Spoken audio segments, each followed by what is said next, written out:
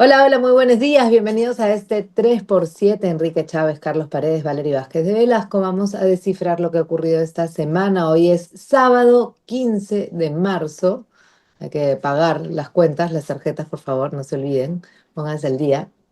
Liquídenlo todo, si es posible. Y vamos a hablar de lo que está ocurriendo con Dina. Dina Boluarte se ha encontrado con su mayor enemiga, ¿no? Después de haber tenido claras amistades con Patricia Muriano, y entonces ahora está más expuesta que nunca. Vamos a ver cuáles son las consecuencias de todo lo que se está contando alrededor de ella, sus operaciones o procedimientos estéticos. Vamos a hablar también del Congreso de la República, qué es lo que ha hecho esta primera semana el Parlamento y cuáles son las intenciones detrás de varias movidas que han logrado rápidamente. Y también vamos a hablar de lo que ha dicho la CIP, ¿no? La Sociedad Interamericana de Prensa se ha referido a cómo está la libertad de prensa en nuestro país y la verdad es que es lamentable, pero han salido también bastantes cosas, ¿no? ¿Quiénes son finalmente los que el periodismo también ve dentro de su mira como los primeros agresores o las personas que de alguna manera no permiten el trabajo como debería ser? Así que Carlos, Enrique, comenzamos con eso.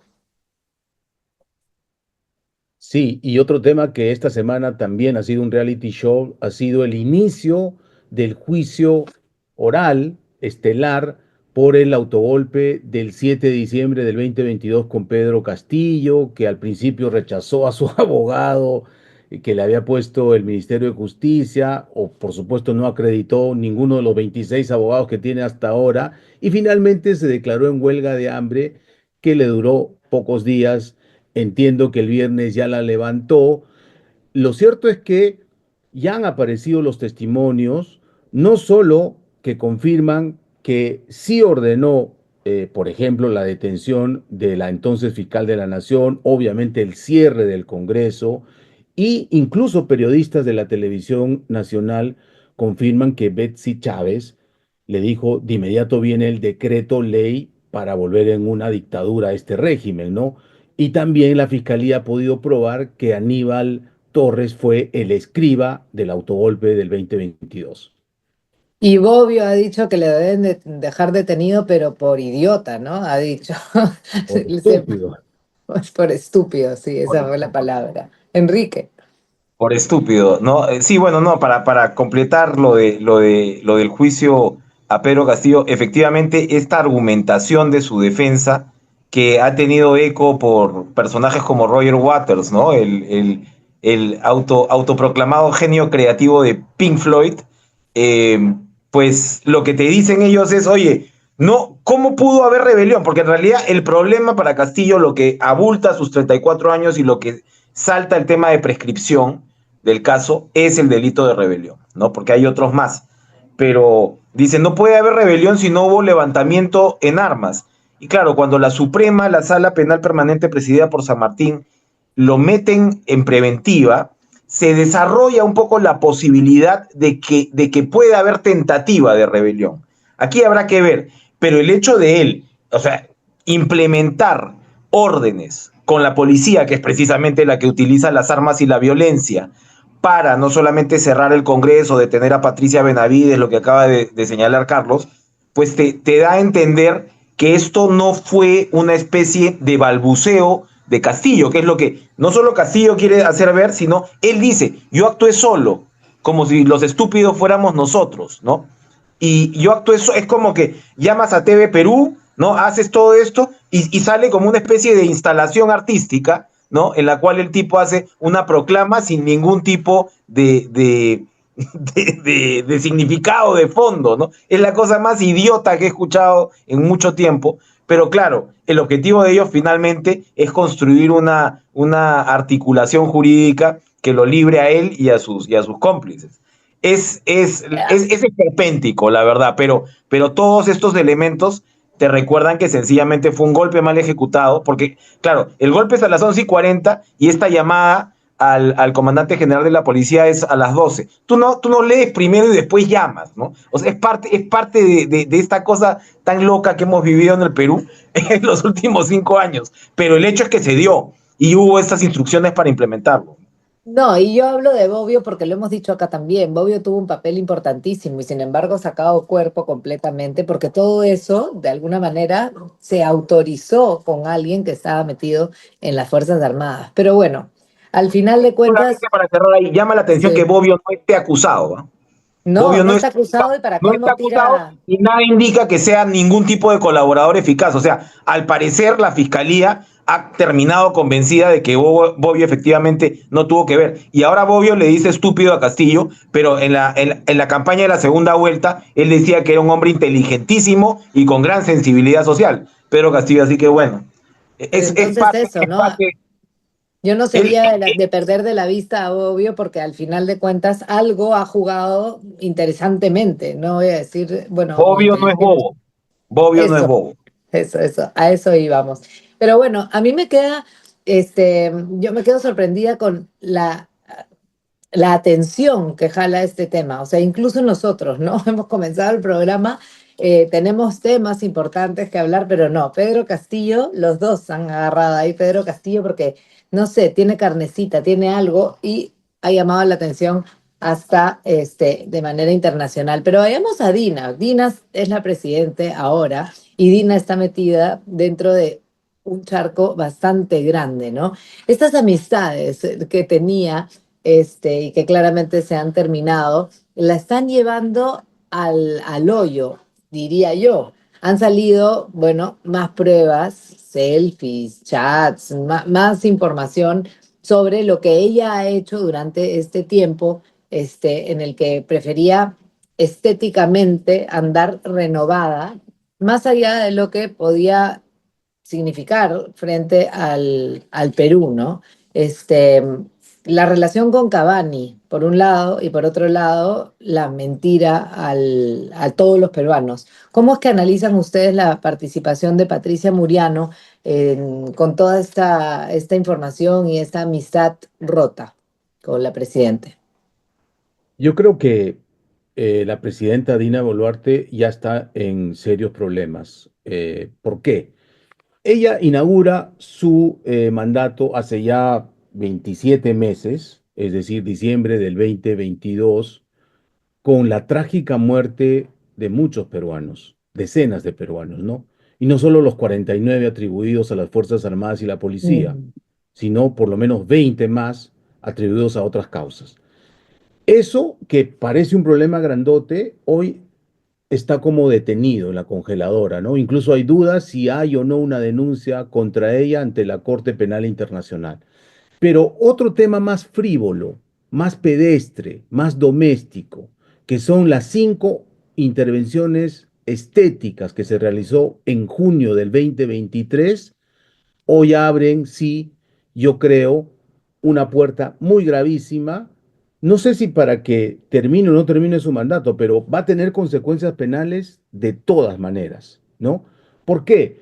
Porque ha quedado ya demostrado con estas nuevas testigos protegidas en teoría, pero al parecer no los están protegiendo porque están filtrando toda la prensa, Mm. que corroboran dos cosas.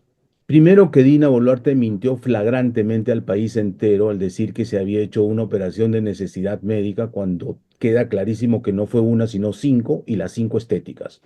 Dos, el doctor Mario Cavani Ravelo, que le llamaban el cirujano estético de las estrellas, no cobró un solo centavo, ni él, ni su clínica, ni los otros médicos que participaron en estas 5 intervenciones por arreglar el físico de la presidenta. No cobró en monetario, pero todo indica que sí cobró con puestos de importantes en el Estado. Gente que él recomendó, colocó, indicó que los nombraran. Y estamos hablando de instituciones muy poderosas. Presidenta ejecutiva de salud, una doctora que trabajaba en su clínica, una institución que maneja 15.000 millones de soles al año, presidencia del directorio de Sedapal, un señor que él decía en el correo que le manda a la secretaria de la presidenta, tiene 10 maestrías y un doctorado. Efectivamente, tiene 10 maestrías, pero en turismo, en comunicación estratégica, nada que ver con Sedapal. pero fue presidente del directorio de una institución que maneja millones de soles. Entonces aquí la cosa es gravísima. Canje de operaciones estéticas a cambio de poner en manos de gente que indica Cavani, instituciones que manejan un presupuesto grande, muy grande. Yo creo que si es como se está especulando que la señora Patricia Muriano Peralta, que le conoce absolutamente todo a la presidenta Dina Boluarte, se ha acogido a esto que le llaman testigo protegido, la situación de Dina se va a complicar mucho, porque la fiscal de la Nación está abriendo ahí una caja de Pandora, no solo con operaciones estéticas, hay muchísimo más que se ha hecho en estos 27 meses de gobierno. Enrique, ¿tú crees que esto suponga la vacancia de Dina? ¿Crees que esto realmente la tumbe, la entierre? Solo antes de contestar la pregunta, solo añadir que, digamos, mirando la desconexión de con la realidad de la presidenta en Caretas esta semana, publicamos una nota que describe cómo ella se ha estado tratando de subir el sueldo. O sea, hizo un estudio legal Palacio. Recordemos que además, en el caso del presidente, el presidente gana la mitad que los ministros. Eso es verdad, gana 15.000 soles, ¿no? O sea, Alan digamos que García no es... lo bajó el año ¿Perdón? 2006. Alan García bajó ese sueldo. Claro, Exacto. Alan lo baja y de ahí Ollanta dispone que en Palacio nadie gane más que el presidente. Eso lo han ido cambiando, ¿ya? Ha habido unas movidas en servir. Han Eh, inventado directores, PAC, pero, el CAS, perdóname. y han inventado estos regímenes laborales, el PAC, Exacto, el exacto, CAS, exacto. el FAG, ¿no? Exacto, exacto, el super PAC y qué sé yo. Pero el hecho es que al presidente todavía no le toca ese extra, ¿no? Y entonces ella parece que se calentó y le dijo al departamento legal de Palacio, oye, dime a ver si puedo o no puedo. Y puede, ya, según el estudio, y esto lo pasan al MEF, pero ni Palacio ni MEF dijeron en cuánto se iba a subir. Y entonces el ministro José Arista del MEF, que el 28 de enero estaba muy seguro de que él seguía y dijo, se lo dijo a la prensa, los gobernadores regionales decían, váyase usted, no, yo me quedo, tengo el respaldo de la presidenta. Al día siguiente tiene el desencuentro con la presidenta. Y 2 días después le dicen chau y lo reemplazan por Salardi. A lo que voy, más allá de la anécdota, es la desconexión de la realidad de la señora, que yo creo que sigue esta línea de las operaciones estéticas, ¿no? Y es que no sabe dónde está parada, literalmente. Está Ahora, para responder, preocupada. No, y sí, antes de que responda, está preocupada en otras cosas, ¿no? Se olvidó de la carrera política, se olvidó de exacto. lo que significa representar o ser autoridad en este país. No hay ningún atisbo de que de verdad quisiera trabajar por el Perú, más que por ella, por su familia y por lo que a ella le va a beneficiar, ¿no? Sobre todo en los problemas que ahora se le presentan. Y por eso Es te una preguntaba, pequeñez, es una pequeñez de miras impresionante, ¿no? Y ahí va el tema de la frivolidad que siempre le reclama a Carlos, y en eso estoy completamente de acuerdo.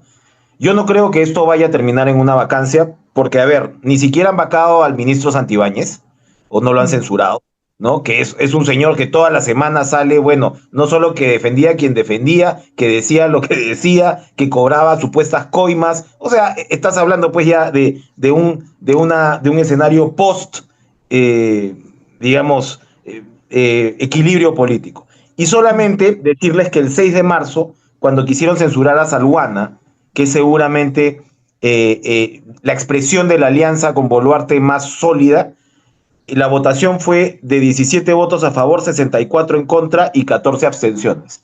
A mí me dicen que ese es más o menos el la reparto composición.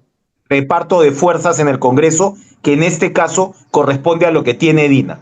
La única pregunta que uno podría hacerse es si es que efectivamente al final los partidos van a considerar que vacándola les va a ir mejor en las elecciones. Y yo creo que ahí la respuesta es no. Entonces, en fin, hay mucho en juego. Acuña tiene muchos cargos, muchísimos cargos. Fuerza Popular tiene lo que tiene y claro, Perú Libre. Entonces, ese equilibrio, más allá de lo que está haciendo Podemos, no veo que se vaya a alterar en realidad. Bueno, de hecho, habíamos anunciado, antes de que ustedes se enganchen al tema de Pedro Castillo, que también han sucedido cosas en el Congreso de la República, ¿no?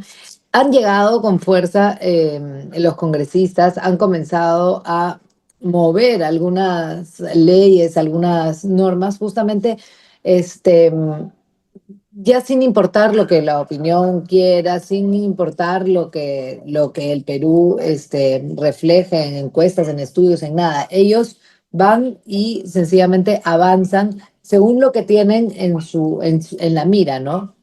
Se ha hablado de inhabilitaciones, se ha inhabilitado nuevamente a Vizcarra, pero también a Salvador del Solar, a Rubén Vargas. Esta semana se ha movido eso, también se ha movido el tema de las ONG. El Congreso de la República ha llegado reloaded después del verano. ¿Cómo lo han visto ustedes? Más allá de este orden que pones muy claro, ¿no, Enrique? Conviene al Congreso con el Ejecutivo, digamos que silenciado hasta que se termine este periodo o pase algo distinto, ¿no? Y cambie el cómo está respirando el Parlamento. ¿Cómo ven ustedes estas primeras movidas en este nuevo periodo legislativo?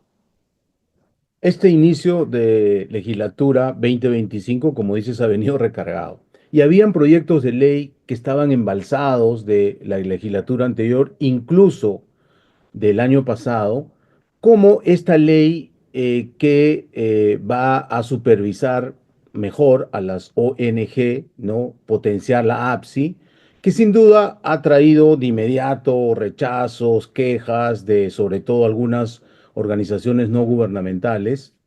Esto se ha venido postergando y postergando. Entiendo que una vez que tenían los votos, lo han puesto obviamente al Pleno y ha sido una aprobación bastante abultada.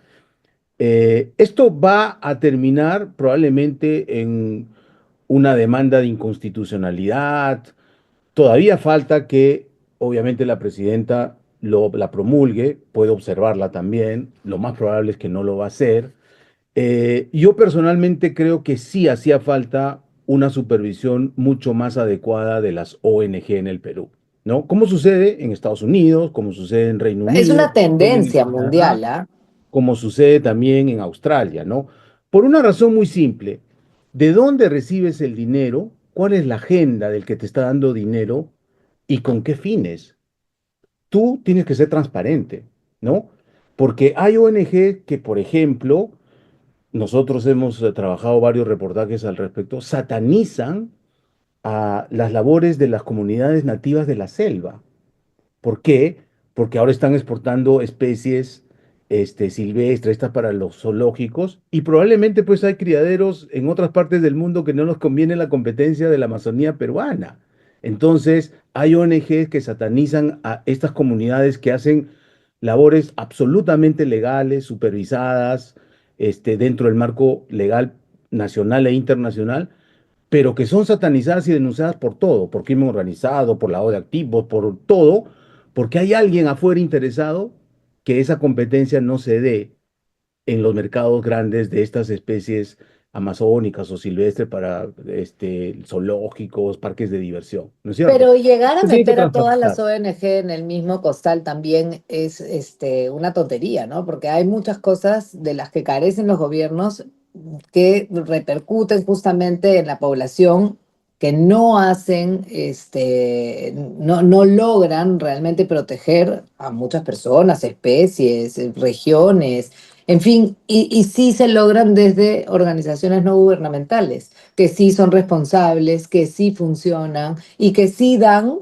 justamente un respaldo a quienes, si no, no lo tendrían. Es decir, y Sí, claro, repito, pero es esta una ONG. tendencia mundial el hecho de criticar a las ONG. Y yo no estoy segura si un ejemplo o dos ejemplos haga que todos terminen en el mismo Probablemente, pero costal. yo estoy absolutamente seguro que en Estados Unidos, por ejemplo, ninguna ONG hace capacitaciones para los jueces de la Suprema Corte o de ningún nivel, porque ahí hay un conflicto de intereses evidente. Son ONG que Ujú, litigan todo el tiempo, no pueden capacitar a los jueces, pues. Eso, por ejemplo, no ujú. está supervisado en el Perú. Debiera supervisarse. Oye, un momentito, tú eres abogado litigante, tienes causas, no puedes hacer cursos de capacitación con viajes todo pagado para los jueces al exterior en nombre de tu ONG, porque tú eres litigante.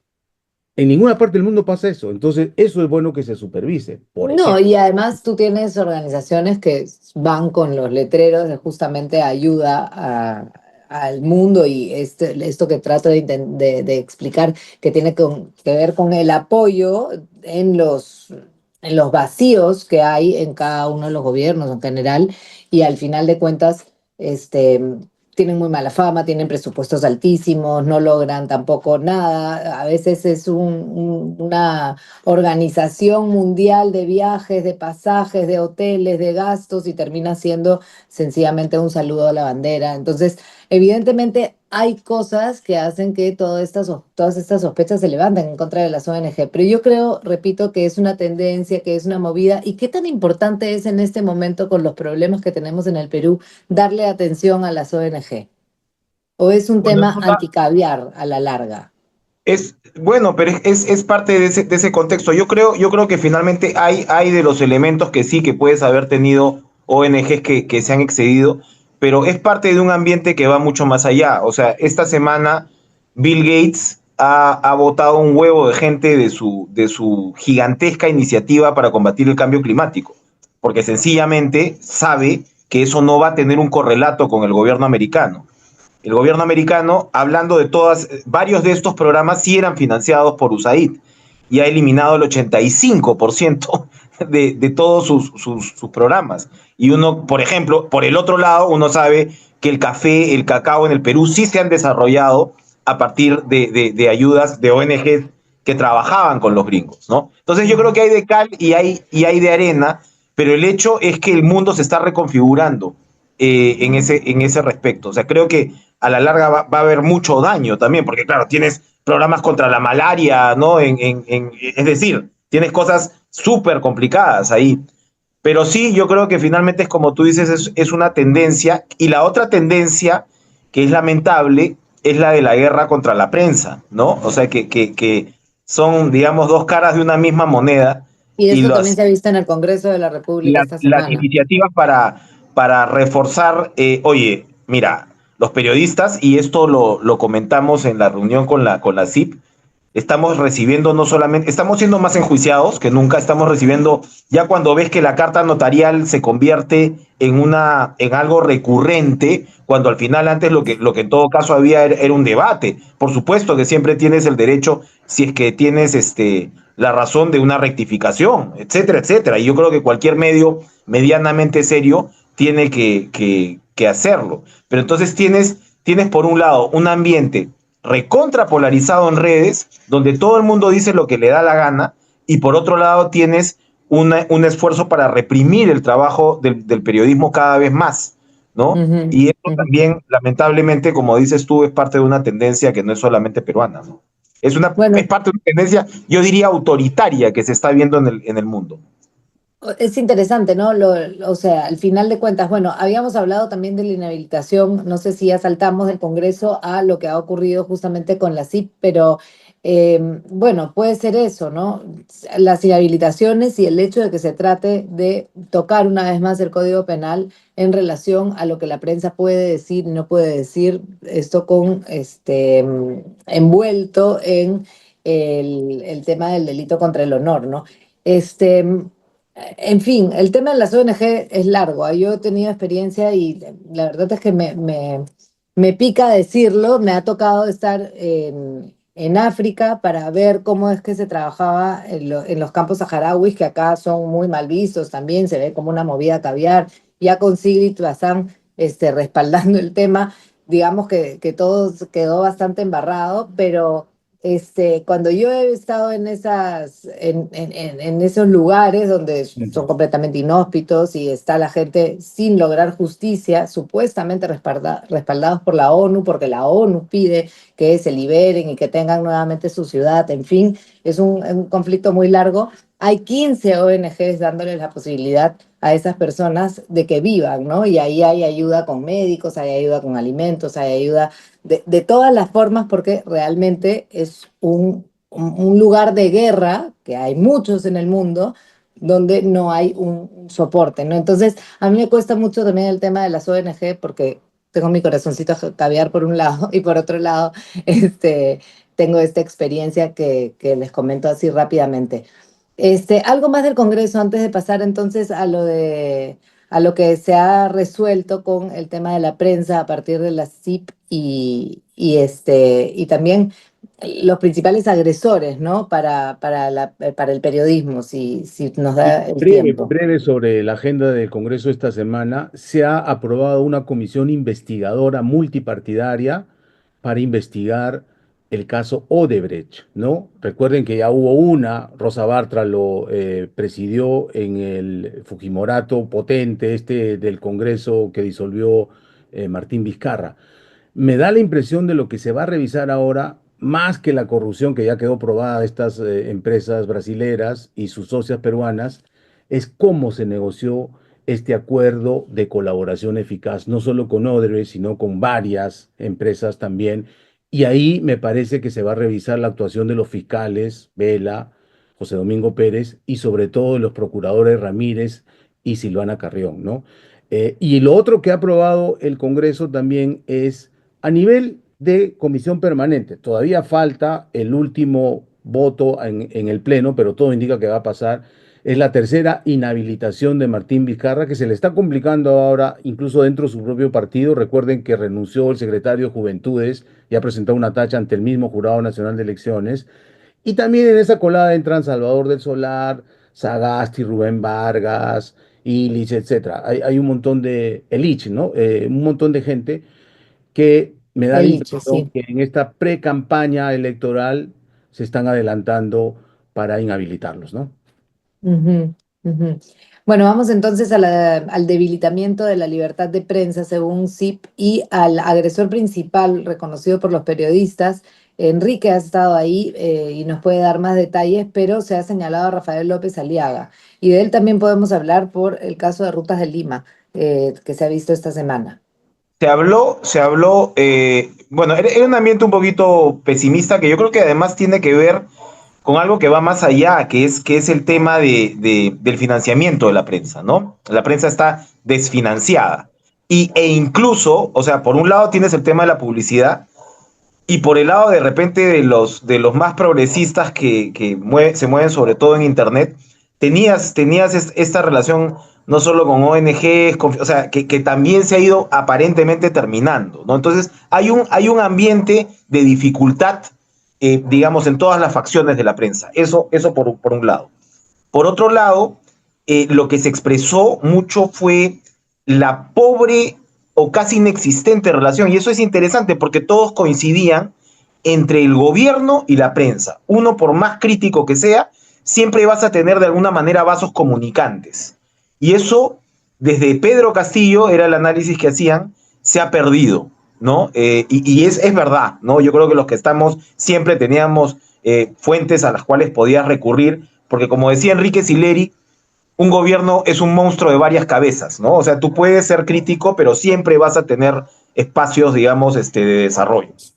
Eso por un lado. Y lo otro que sorprendió es, más allá de la actitud crítica con el gobierno, con Santibáñez, etcétera, es casi la unanimidad de identificar a Rafael López Aliaga como el principal agresor de la prensa.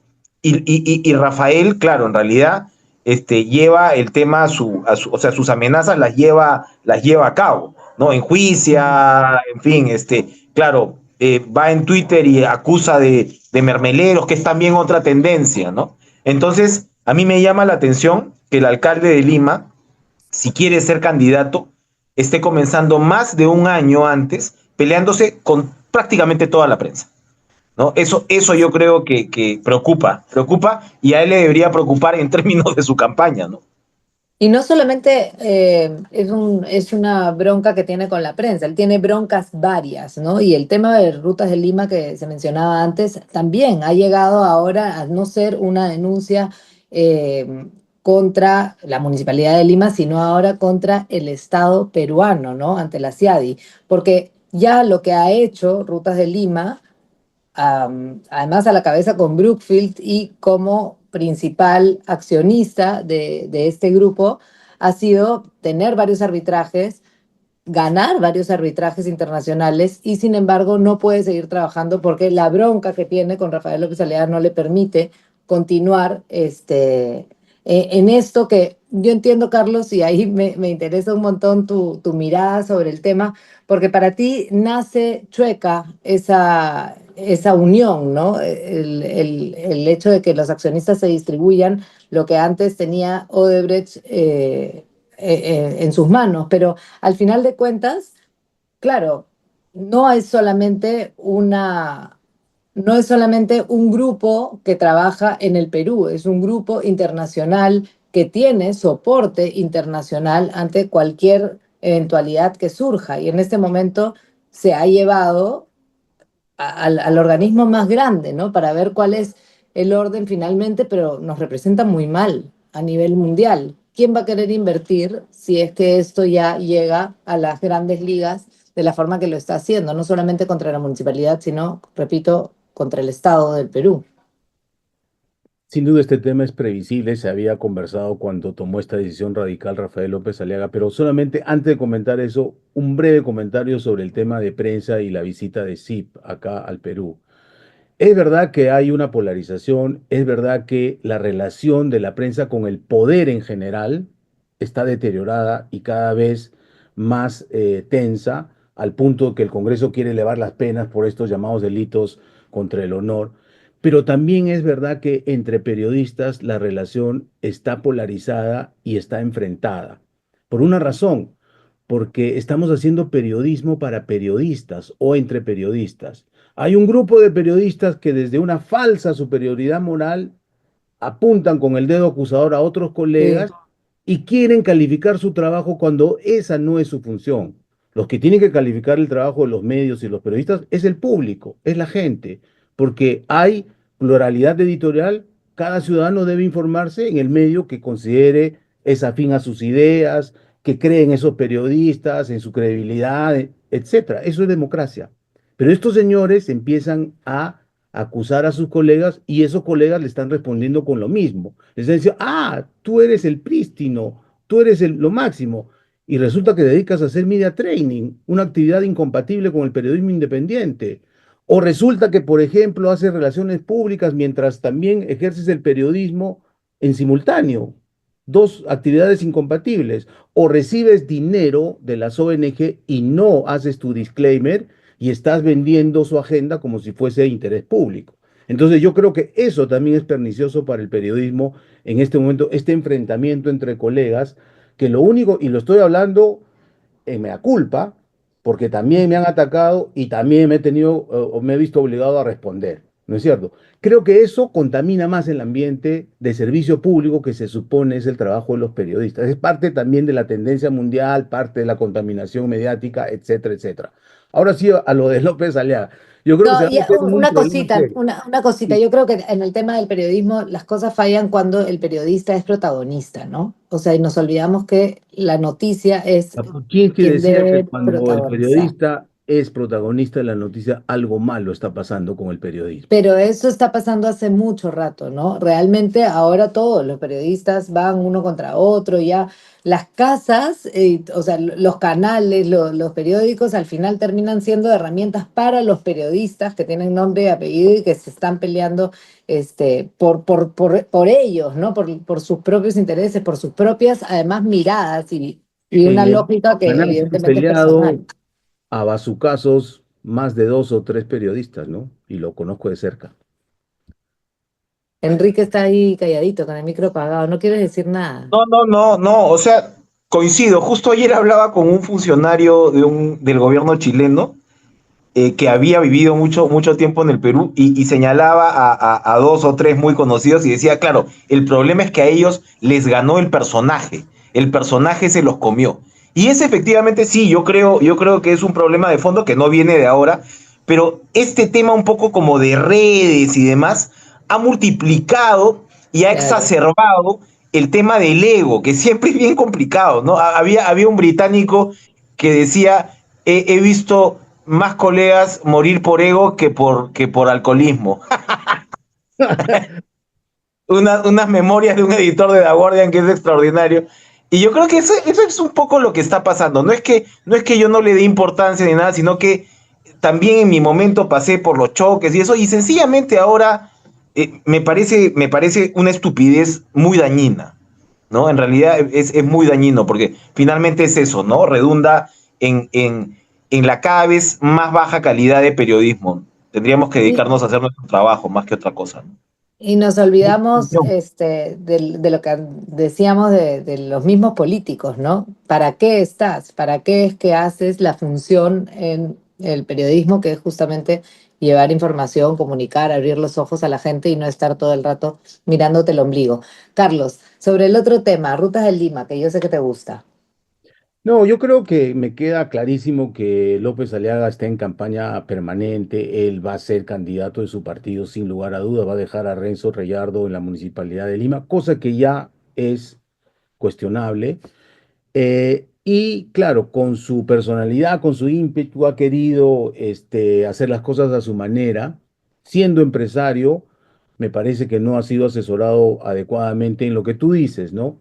La seguridad jurídica. Tú puedes discrepar de un contrato, puedes decir, oye, acá había indicios de que sí sabían de la corrupción, etcétera, pero tienes que recurrir al órgano adecuado, cumplir los pasos que tu contrato te dice, porque si no te expones a que vayan a un eh, arbitraje internacional como CIADI y termines perjudicando no a tu bolsillo, sino al bolsillo de todos los peruanos, porque es plata pública que va a salir ahí, ¿no? Dos Eh, mil entonces, setecientos millones. No de soles, sabe si sí. se va a No, pagar de la dólares, ¿no? cantidad. 7.200 millones de soles. O sea, a ver, imagínate. Perdón, 7.200 o 2.700. No, Siete siete mil mil doscientos doscientos. en soles y 2.000 en Ah, dólares, ok, ¿no?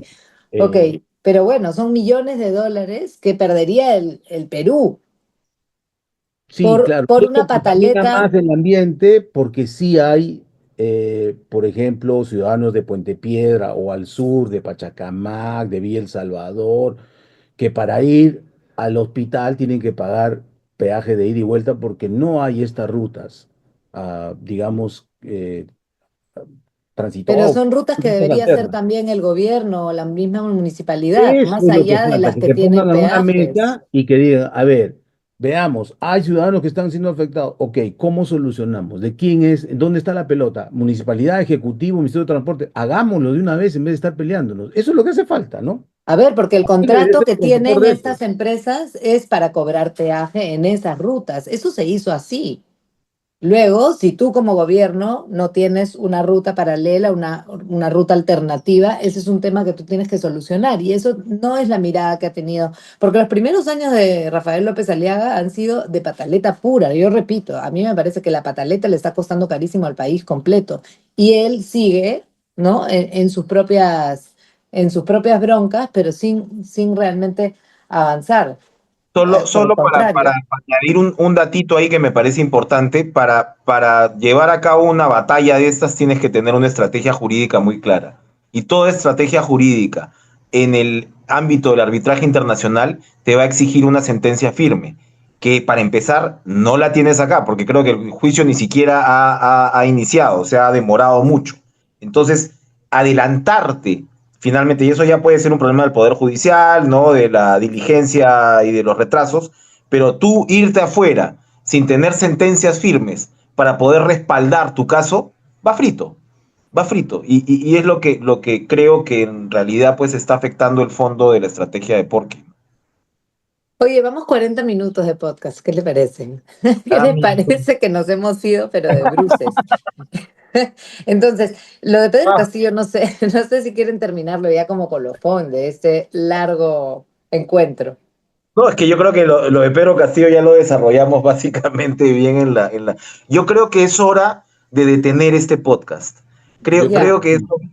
creo que es hora de finiquitar este 3x7 y cambiarle de nombre en un acceso de transparencia y reconocimiento de la realidad. yo creo que estoy teniendo miedo al vacío, no me quiero ir, no me quiero ir. Despidan ustedes porque yo estoy acá, no, no lo La puedo realidad, hacer. la realidad te espera detrás de tu fondo borroso de pantalla. No, no quiero saber qué hay Ahorita se va a ahí. quitar. Ahorita el fondo, el filtro se va a No, terminar. no El quiero filtro se saber. termina. Se acabó. Señores, Nos nos vemos vemos. el próximo Buen sábado. fin de semana. Adiós.